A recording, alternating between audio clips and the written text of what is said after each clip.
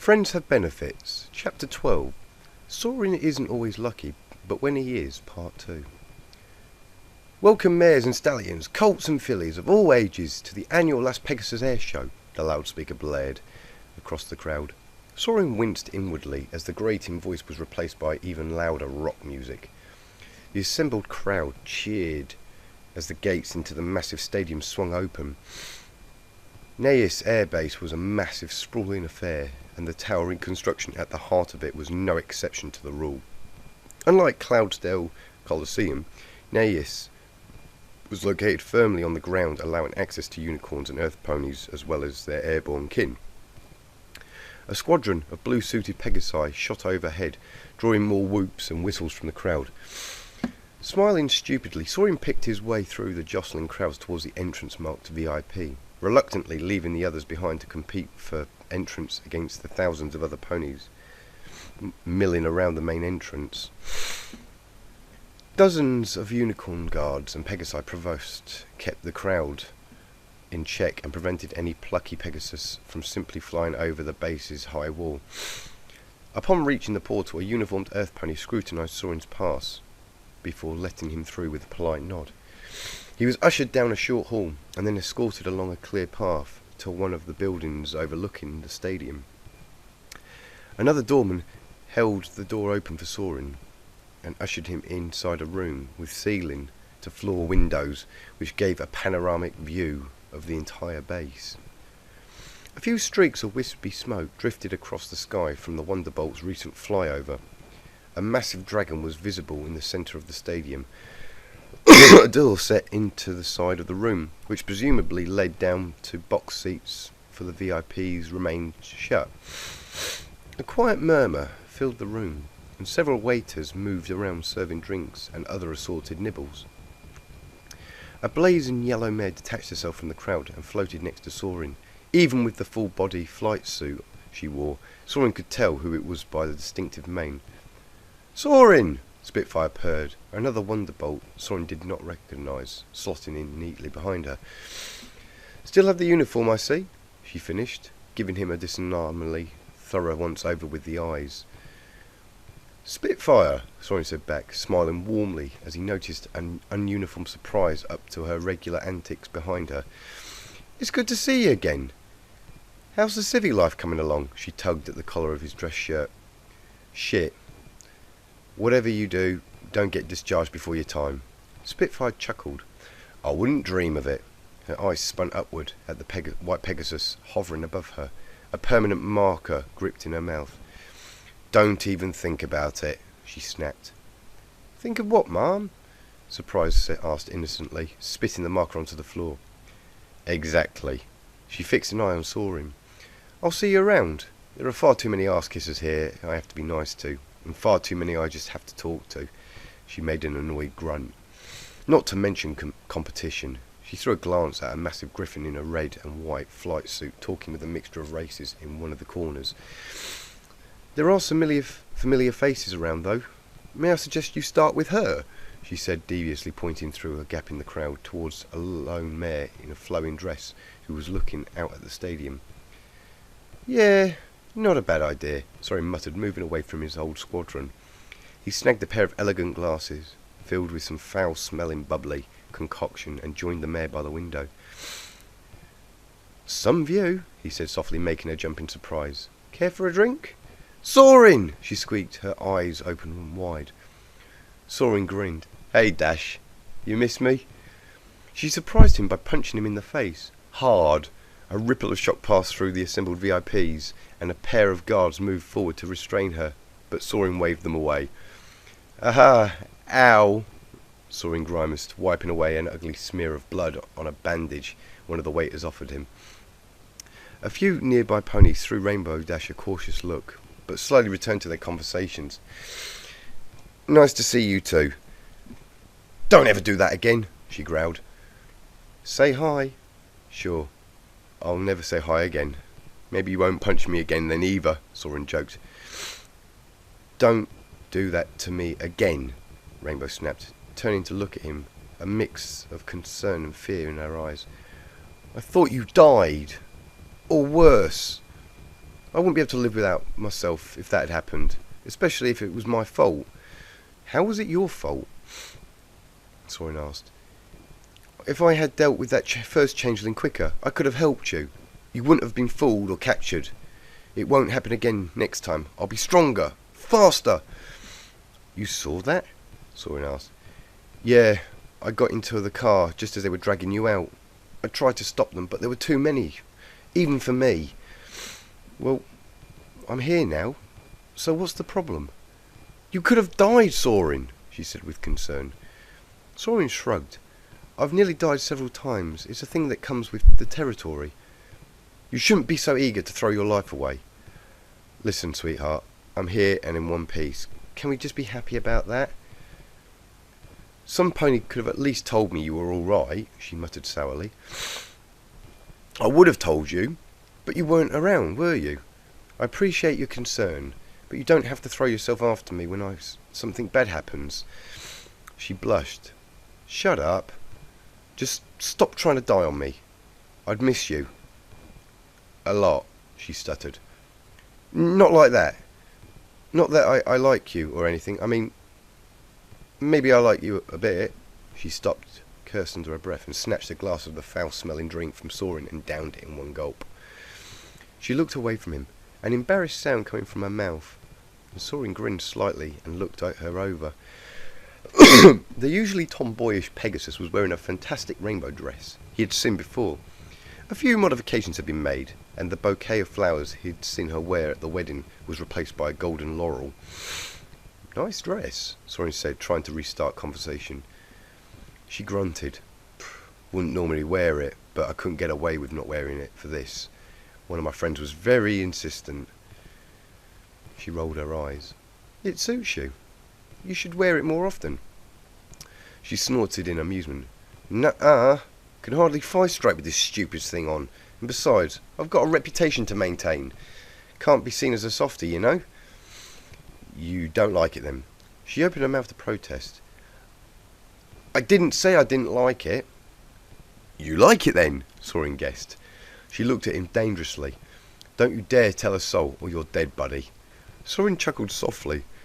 Is this what our relationship is going to be like? Me getting little things out of you and getting death threats in return? Whoever said anything about a relationship? She asked, suddenly coy. Just a suggestion. You know, make things a little more exciting. Soren said as casually as he could manage. She leaned a little closer. I know other ways we could make things more exciting. She let the words hang in the air for a moment. Oh, really? Soren asked innocently. There's one place I can think of this dress would look better than on me, she whispered. I was thinking of something a little less arduous.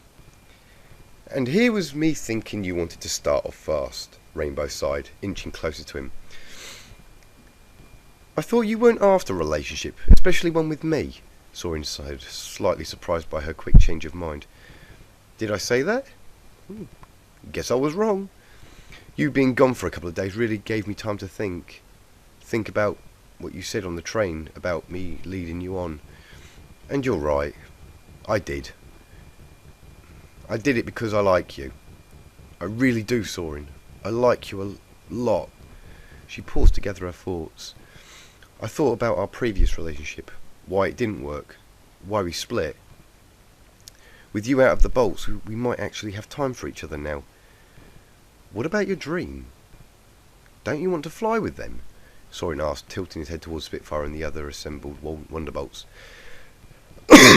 Nah, I reckon I've got a better shot now as I've got a professional trainer. A trainer? He asked stupidly. She gave him a knowing look. Who, me? He spluttered. Well, duh. Soren gave her a quick look over.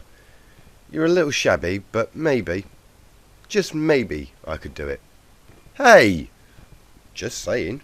You'd also have to quit your job and enroll in Officers' Academy. I'd love to see you in uniform. He trailed off in thought.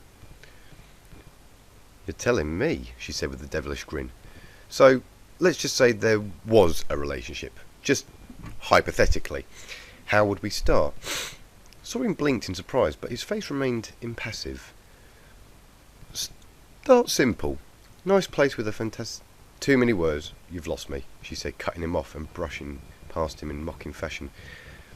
Less conversation, more action, sweetie. She continued in a mocking tone. Better luck next time. I'm always lucky, Soren said assuredly. We'll see about that. Nice job back there, Soren, a white Pegasus muttered, appearing over Soren's shoulder as he and Dash moved to find their box seats. Nice job with what? Soren asked, knowing full well what she meant. Oh, I don't know. Just this. She feigned kissing the air in a rather sloppy and unappealing manner.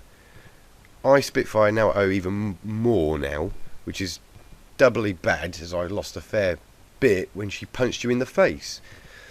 How about next time you stop running your big mouth and kiss her? I'm sure every pony wants you to do it. Well, every pony except Spitfire, of course. Do you guys have nothing else better to do than place bets on what happens in my personal life? Soren asked, exasperatingly. Nope. We're celebrities. Do you honestly think we'd do anything useful at all? You're in the military, Soren deadpanned. Military. This is a stunt flyer's job, not an active deployment role, Surprise said dismissively. Speaking of flying, why aren't you down there with the others? Soren asked, pointing down at the centre of the arena, where several of the Wonderbolts stood in formation. She shrugged. I'm on leave, El Mucho. Down there is filling in for me. She pointed at a brawny Pegasus at the back of the group that Soren recognised had been standing behind Spitfire before. Soren grunted and sat in a chair, probably worth more than his yearly payroll. Much to his amusement, Surprise leapt over him and sat in the chair on the other side of Rainbow Dash, and launched a barrage of words in the direction of his equally surprised companion. Soren ignored their mostly one-sided conversation and instead focused on the teams assembled for the opening ceremony. A blue Pegasus descended from the sky and took up position in the centre of the field. Ladies and gentlemen, boys and girls, creatures of all shapes and sizes, his voice boomed across the stadium. If Soren had to listen to his companions talking, he wouldn't have been able to, as the crowd roared loudly in delight. Welcome to the annual Las Pegasus Air Show. He paused for dramatic effect. And what a display of flying prowess we have for you today. Tricks that will amaze and fantastic contests of strength, valour and bravery. Now, without further ado, please put your hooves, wings, claws and other appendages together for our home flyers, the Wonderbolts. The squadron rose into the air and scattered in all directions before reforming with a massive crash of thunder. The team was met with a wild cheering as they touched down again in the centre of the arena. The Roulettes! The Griffins took to the sky, an amazing trail of fire in their wake. A mighty screech echoed around the stadium, cutting through the cheers of the crowd like Pinkie Pie in a candy shop. Soren instinctively ducked as the Griffin team blazed a fiery trail over his head. They completed a loop of the arena before settling down behind the Wonderbolts. He caught Surprise mutter something about hot curry, but the meaning was lost on him as the announcer's voice boomed out again, and another team took to the sky in a blaze of pyrotechnics. Poking his head up, Soren watched the last two teams take off into the clear sky. A few drops of ice-cold water dropped onto his back. The snow on the roof melted by the Griffin's low flyby. He shook the water off and returned his attention to the centre of the arena, where the announcer was describing the first event for the day, the solo round. One hoof-picked member from each team will dazzle you in an amazing display of aeronautical prowess. Would the selected member of each team step forward, please? A half-dozen figures stepped forward, and the ground shuddering slightly as the massive dragon in their midst placed his foot down. Our first contestant is none other than the captain of the Wonderbolts, Spitfire! You may start when ready. Soren exchanged a look with surprise. 20 bits says she blows it, she muttered under her breath. I'm not sure what you constitute as blowing it, but I'm sure that's not it, Soren said assuredly. She almost lost control as she came out of the last corner. You could see from here how the judges missed that is beyond me. Bullshit. She was fine, Soren insisted, counting out 20 bits regardless in an attempt to shut the white Pegasus up. The only way that could have been worse would be if he was dressed as an obese diamond dog with the gender issues. Surprise said, accepting her prize ungracefully. What do you think, Dashi? Rainbow sat up awkwardly, her face flushing red in embarrassment as the casual use of her pet name. I thought she was fine, she stuttered. Very nice. Checking out Spitz, eh? Don't worry, I would be too if she weren't my boss, Surprise said cheekily. Dash's face turned the colour of red on her mane. Just kidding. I know you're not into that. Or so my sources tell me. She looked at Soren playfully, who was still trying to get the mental image that Surprise had burnt into his sicknesses out. Yeah, sure, whatever, he muttered, distracted by the next flyer, who was standing at the starting plate. A mix of booing and cheering came from the crowd as the griffin spread its wings. Her wings? Soren thought as he just noticed how much smaller the flyer was compared to the rest of her team. One of the large griffins muttered something which caused the girl to snap around and snarl loudly. A large portion of the griffin audience continued booing, but it was thankfully mostly drowned out by the supportive cheering from the rest of the crowd. One of the dragons roared loudly, silencing many of the protesters. What's their problem? Soren asked, surprised by the booing. Surprise shrugged. Griffins are proud, stubborn creatures, and like us, gender equity is, how do I say this? Somewhat poor, she nodded to the now airborne griffin in the middle of the stadium. She's the only ever female to ever join the roulettes. It was a big step for them, and many griffins won't stand for it. How do you know so much? Soren asked. She shrugged again. I travel. Point is, her team picked her for the solo round, hoping she would crack under pressure and fail. Then they would have a reason to kick her out, or so I'd guess. She seems to be handling herself fairly well so far, Soren muttered, his eyes tracking the lone flyer as she completed a dizzying number of spins. She's good, I'll give her that. Rainbow Dash said, not as good as me, of course, but credit where it's due. You should go give her a run for her money then, Surprise said impishly. Rainbow looked set to fly into the sky and compete against the griffin for a moment, but she wisely forestalled the action. Clever girl, Soren thought approvingly. One of the guards would have gotten to her first anyway. The griffin swooped in, tucking her wings to gain extra speed as she fell towards the ground. Pulling up above the crowd, at the last second, a trail of fire behind her. Rainbow snorted in a contempt, but continued watching with interest. Oh, now that's just wrong, Surprise said, her voice full of hate. What? Soren said, the word dying in his mouth as he saw what Surprise had seen. Small objects were being thrown from the griffins in the crowd below the flyer. Bits of rubbish, cans and some things Soren may have thought were even more solid. Bastards, Soren spat.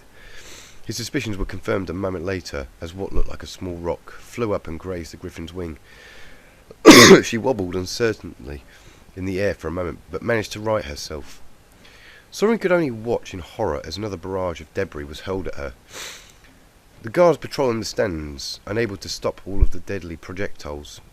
Still travelling at breakneck speed, the griffin could do little to take evasive action, and Soren winced in sympathy as a few tore into her soft wings and underside. She wobbled dangerously in the air before losing control and slamming into a gracefully arching pillar. She bounced off the sturdy construction, ricocheted off another column, and hurtled through the air out of control. Get down now! Soren yelled, realising that the corkscrewing flyer was heading straight for them. Without thinking, he grabbed Surprise and Rainbow Dash and hurled them roughly underneath him as the careening griffin smashed into the stands. Soren felt a set of razor-sharp talons cutting through his skin. Then everything went dark. Soren leaned back in his chair, unsure of how he had got there. He was on a station platform that looked suspiciously like Ponyville's. He felt something was distinctly wrong with the scene, but wasn't until a stormy grey pony sat next to him and he realised what it was. This is Ponyville, isn't it? He asked. I believe so, yes, the grey pony said back. Soren looked at him and was vague surprised to see that, aside from the lack of wings and colour, the pony was virtually identical to himself. Then why is everything upside down? Soren asked. Yeah, I thought it was quite odd myself. Maybe things changed in the future. Soren said uncertainly. He had no idea who the pony next to him was, but oddly found himself unwilling to ask. A purple ooze spread unstoppably across the sky, an awesome bass line pounding from it as it shot overhead. Soaring? Why are we here? The pony asked, leaning back casually. That's one of life's great mysteries, isn't it? Soaring said. He repeated the question out loud. I don't know, sir. Why are we here? He had no idea who the pony was, or how he knew his name. But it didn't hurt being polite. Maybe because a griffin crashed into you, you pillock, the other pony said with a small chuckle. Soaring nodded silently and watched as the train carrying strange-looking spars of metal thundered by. Am I dead? He finally asked as the train disappeared into the distance. Do you feel dead, Soaring? Not really. Then again, I don't really know what being dead feels like. We've brushed death many times, Soaring. With the regularity he drops by, I thought you two would have been good friends by now. He nodded to a shadow that seemed both shapeless and solid. There he is. Go on, give him a wave. Soaring tentatively waved at the shadow, unsure how seriously he should take the strange pony next to him. Much to his surprise, the grey shadow grew an arm and waved back. The shadow vanished, only to be replaced by a barrage of baked goods, which forced him and the grey pony to duck as they volley soared over their heads. Am I mad? Soaring asked. I wouldn't know. Nice day for it, though, the pony replied, as if insanity was something that could be forecast as easily as the weather. I'll ask again. I'm dead, right? You are what you make yourself to be, the pony replied, unwilling to give a straight answer. Please, give me a straight answer. Come on, Soaring said. No, you aren't dead. Not yet, at least, anyway. If you were dead, I wouldn't be here. Who are you? You. I don't understand. Good. What? I don't... Soaring, why did you save Rainbow Dash? The white pony interrupted. Soaring was momentarily taken aback. I don't know. It felt right, I guess. You realise that you could have died, right? The pony asked. Yes, he said unhesitantly. You'd unhesitantly throw your life away for her? Well, no. Maybe, Soaring said uncertainly. Have you thought about it? I mean, you just did then. Yeah, I guess I did, Soaring admitted sheepishly. The pony raised an eyebrow but accepted his answer. You probably saved her life with great risk to yourself. Why? The pony asked again. Because I care for her, Soaring said simply, after a moment of consideration. So much that you would risk your life without hesitation for her safety? The pony asked again, incredulously, flicking a small bit of his mane out of his eye. Is your life so meaningless that you would do that? I've lost enough in my life. There isn't much left to live for. I can't remember most of my career, my life. I didn't even remember some pony who was once important to me. My own damn childhood was ripped from me, Soaring said bitterly. The pony sighed loudly. Soaring, there is always something to live for. The future is a great unknown, and you never know just when something great will come along, the pony said, watching with lazy interest as another train noisily pulled into the station. I think you have a whole lot left to live for. Your feelings for Rainbow Dash, for example. Is that not worth living for? What if she says no again? Soaring asked, suddenly worried. What if she says yes again? The grey pony said back simply. Soaring nodded slowly. Yeah, I guess. Then I guess you should probably tell her how you feel. How you truly feel. I guess it's going to be like the movies, and you're going to tell me to get on the train, Soaring asked. Oh, don't be ridiculous. That train is here to pick me and Death up for our 12 o'clock lunch appointment. Soaring shuddered. as the shadow the pony had pointed out before seemed to meld into the seat next to him. I hear they have these fantastic small round biscuits with sweet spots in the middle where we are going, a voice said with a pitch and timbre of such depth Soren had trouble describing it. They're fantastic. You have to try some next time you visit, the mysterious pony said. Now, we really should be off. Bring some Earl Grey tea next time. I enjoy watching the little leaves spin in the hot water. Nice seeing you, Soren. Stay well, the pony said. With a nod of his head, he gave Soren a tap on the shoulder, and he was engulfed in another flash of bright light. Soren coughed dryly, hacking up a few chips of masonry onto the ground beneath him. Oh, that can't be healthy. He felt something soft beneath him, and opened his eyes to see a surprised-looking Rainbow Dash underneath him, tapping him on the shoulder. He groaned loudly and rolled off her, careful to avoid an equally shocked look in surprise. Soren? Are you okay? Rainbow asked, leaping to her hooves. I think fine would be pushing it, Soren said. Surprise?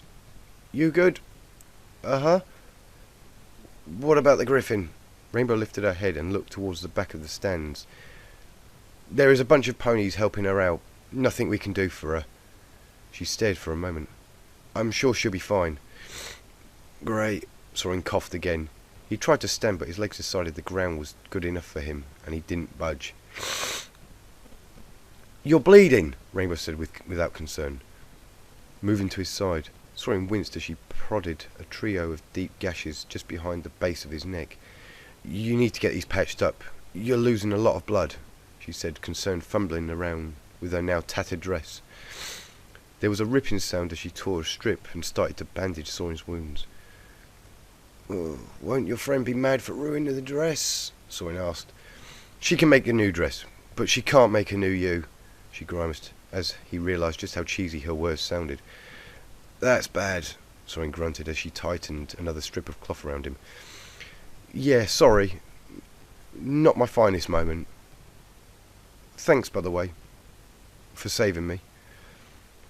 No problem. You should get out of the habit of being in danger. Then I wouldn't have to save your scrawny hide all the time. Surprise clambered to her feet, a little dust covered, but otherwise no worse for wear. She looked knowingly between the two blue Pegasi and mumbled a half-arsed excuse to leave them alone. Presumably so she could take photos of them as proof for Spitfire. Soren guessed with a small grin. What's so funny? Rainbow asked, seeing his smile. Nothing. Just thinking, that's all. About? She asked, lying on the floor next to him and cradling her head in his hooves. About something a very smart pony told me. He told me I have a whole lot to live for. And I think he was right. And what do you have left to live for? You, he spluttered, cheeks flushing red in embarrassment. Rainbow groaned. And I thought I was being cheesy. Yeah, we're on a roll, aren't we? She nodded and lay her head down flat on the ground next to his. Aside from the loud clamour of the crowd below them and the excited chattering of the other VIPs around them, it was silent. Lost in his own world, Soren let his gaze wander across the slightly grubby form of Rainbow Dash in front of him. It was just him and her. Nothing else mattered. Not the throbbing pain across his back, not the battered griffin being carried off by a medical team, and certainly not Surprise standing a few seats away with the camera aimed firmly at them. Just say it. Soren took a deep breath, wincing in pain as he did so.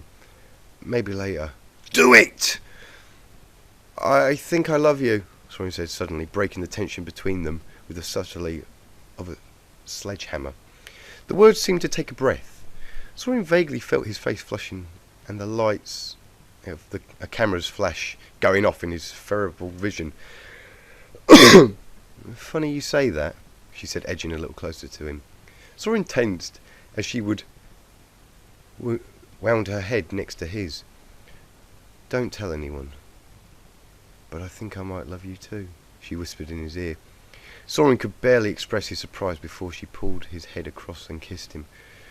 It wasn't a long or passionate kiss, but Soren put all his heart into it, and Rainbow Dash moaned delightfully as she broke the contact. You're lucky that griffin didn't hit you a little higher, she said, nuzzling her face against his chest. would have ended pretty badly for you." "I'm always lucky," Soren assured her. "Not always," she said, patting his wound softly, before grinning devilishly and pulling him into another kiss. "But you might be tonight."